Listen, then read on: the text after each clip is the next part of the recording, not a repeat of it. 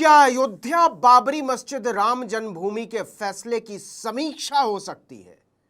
देश के दिग्गज न्यायविद कह रहे हैं कि सुप्रीम कोर्ट को चंद्रचूड़ के बयानों के आलोक में फिर से देखना चाहिए कि उसने बाबरी अयोध्या को लेकर कोई संवैधानिक गलती तो नहीं कर डाली है, और अगर यह गलती हो चुकी है तो क्या इसे सुधारा जा सकता है, क्योंकि राम मंदिर तो बन चुका। दरअसल न्यायिक इतिहास के माथे पर कलंक की तरह दर्ज हो चुके पूर्व चीफ जस्टिस डीवाई चंद्रचूड़ ने एक न्यायिक संकट खड़ा कर दिया है। यह बहस लगातार तेज होती जा रही है कि देश की सबसे ऊंची अदालत के सबसे ऊंचे जज के तौर पर क्या भारत के विश्वास को उन्होंने ठगा है। बाबरी मस्जिद राम मंदिर के फैसले को लेकर उन्होंने पिछले दिनों जो दुर्गंध मचाई है, उसने न्यायिक आस्था की चूलों को बुरी तरह हिला दिया है। असल में डीवाई चंद्रचूड़ की धृष्टताएं सीधे सीधे भारतीय न्याय व्यवस्था में सेंध का मामला है। चंद्रचूड़ ने सुप्रीम कोर्ट का, जनता का, संविधान का और जनतंत्र का माखौल उड़ाया।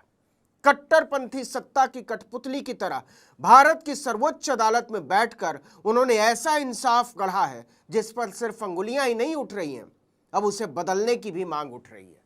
भारत के पूर्व मुख्य न्यायाधीश डीवाई चंद्रचूड़ ने राम मंदिर पर दिए गए सुप्रीम कोर्ट के फैसले पर जो हालिया बयान दिए और देते ही चले जा रहे हैं, उसने सर्वोच्च अदालत के प्रति इस देश के गरीबों, साधारण लोगों, कमजोर लोगों और अल्पसंख्यकों जो न्याय के लिए सुप्रीम कोर्ट की तरफ देखते हैं, उनके भरोसे को डिगा दिया है।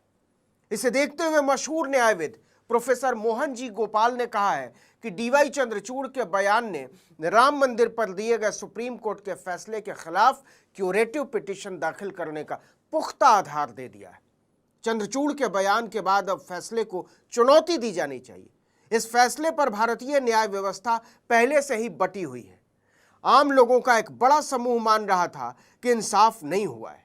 न्यायपालिका का एक बड़ा तबका पहले दिन से बोल रहा था कि न्याय की कसौटी पर यह फैसला कहीं टिकता ही नहीं। यह फैसला संघ, बीजेपी और कट्टरपंथी विध्वंसक ताकतों को खुश करने के लिए न्यायिक नैतिकता को दफन करके लिखा गया है। अब इस फैसले को लिखने वाले जज ही बता रहे हैं कि उन्होंने तथ्य और तर्क तो देखे ही नहीं, वो तो अपनी धार्मिक मान्यताओं और विचारधारा के आधार पर अयोध्या का मुकद्दर लिख रहे थे। देखिए, 2019 में सुप्रीम कोर्ट ने अयोध्या राम मंदिर विवाद पर अपना फैसला सुनाया था। फैसला सुनाने वाले 5 जजों की पीठ में शामिल थे उस वक्त के मुख्य न्यायाधीश रंजन गोगोई, वो तो अब सांसद ही हो गए हैं, Justice S A Bobde, DY Chandrachud, Ashok Bhushan और एस अब्दुल नजीर। किसी भी जज ने इस फैसले पर अपने दस्तखत नहीं किए थे। कोई नहीं जानता कि फैसला किस जज ने लिखा, लेकिन ऐसा माना जाता है कि फैसला लिखने वाले जज डीवाई चंद्रचूड़ रहे होंगे। पिछले दिनों डीवाई चंद्रचूड़ ने एक इंटरव्यू के दौरान कहा कि अयोध्या में बाबरी मस्जिद का निर्माण एक मंदिर को तोड़कर किया गया था, जबकि फैसले में इस बात का कहीं कोई जिक्र नहीं है। फैसले में साफ लिखा गया है कि एएसआई इस बात को साबित नहीं कर पाया कि बाबरी मस्जिद का निर्माण किसी मंदिर को तोड़कर किया गया था। यानी अब जो चंद्रचूड़ कह रहे हैं वो साफ तौर पर उनकी मान्यता रही है, और स्वतंत्र न्यायिक व्यवस्था में किसी जज की निजी मान्यताओं का कोई अर्थ नहीं होता, और अगर वो अपनी विचारधारा और मान्यताओं के आधार पर इंसाफ करता है तो इसका मतलब है वो न्याय को रौंद रहा है। इसी आधार पर अब प्रख्यात न्यायविद मोहन जी गोपाल का कहना है कि फैसले के खिलाफ क्यूरेटिव पिटीशन दाखिल किया जाना चाहिए। प्रोफेसर मोहन जी गोपाल देश के दिग्गज लीगल स्कॉलर हैं। भारतीय न्यायिक व्यवस्था में सुधार की वो प्रखर आवाज रहे हैं। Professor Gopal national judicial academy के डायरेक्टर भी रहे हैं। भारतीय न्याय व्यवस्था की खामियों को वो समय समय पर मुखरता से उजागर करते रहे। उनका कहना है कि राम मंदिर पर चंद्रचूड़ के बयान ने बड़े सवाल खड़े कर दिए हैं। वो कहते हैं अदालत की सबसे बड़ी जिम्मेदारी है कि वो ऐसा इंसाफ दे जो लोगों में भरोसा कायम करे। इंसाफ का होना ही जरूरी नहीं है, बल्कि इंसाफ होते हुए दिखना भी चाहिए, खासकर उन्हें जिन्हें मुकदमों में हार मिलती है। प्रोफेसर मोहन जी गोपाल का मानना है कि अयोध्या का फैसला गलत तरीके से सुनाया गया। अब डीवाई चंद्रचूड़ के बयान के बाद इस मामले में क्यूरेटिव पिटीशन दाखिल किया ही जाना चाहिए।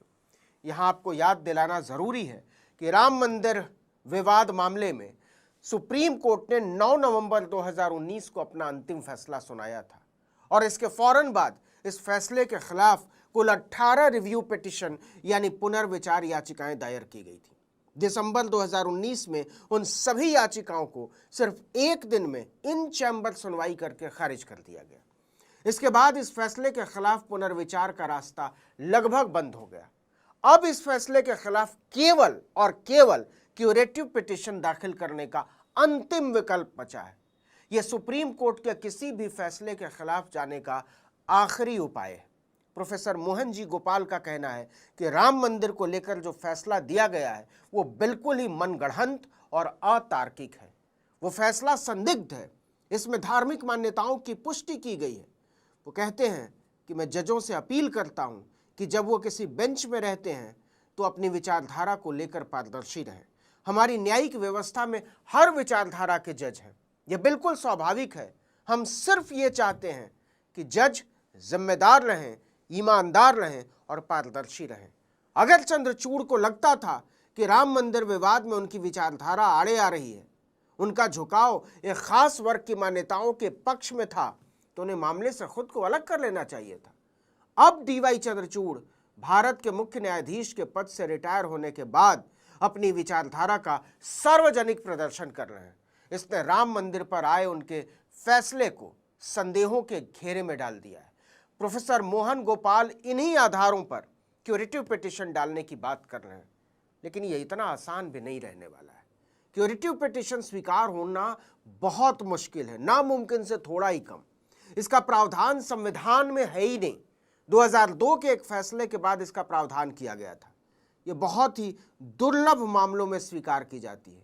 यह न्यायिक समीक्षा का अंतिम उपाय है जो रिव्यू पिटीशन यानी पुनर्विचार याचिका के खारिज होने के बाद दाखिल की जाती है। इसमें साबित करना होता है कि फैसले में जिन पहलुओं पर चर्चा हुई है वो काफी नहीं थे, न्याय में भारी नुकसान हुआ है, इसलिए फैसले पर विचार जरूरी है।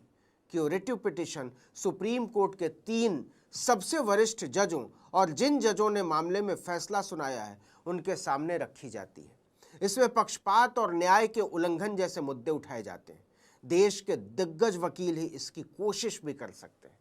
अब सबसे बड़ा सवाल है कि क्या राम मंदिर फैसले के खिलाफ क्यूरेटिव पिटीशन दाखिल कर भी दिया जाए तो क्या इसे सुप्रीम कोर्ट सुनवाई के लिए स्वीकार करेगा? ऐसा क्या बदल गया है कि सुप्रीम कोर्ट इसके लिए राजी हो जाएगा? क्यूरेटिव पिटीशन कौन दाखिल करेगा? एक सवाल तो यह भी है, क्या मौजूदा सरकार के रहते हुए यह संभव है? जिस सरकार के लोगों ने अपनी विचारधारा और अपने समर्थकों को खुश करने के लिए बार बार न्यायिक साख को चुनौती दी हो।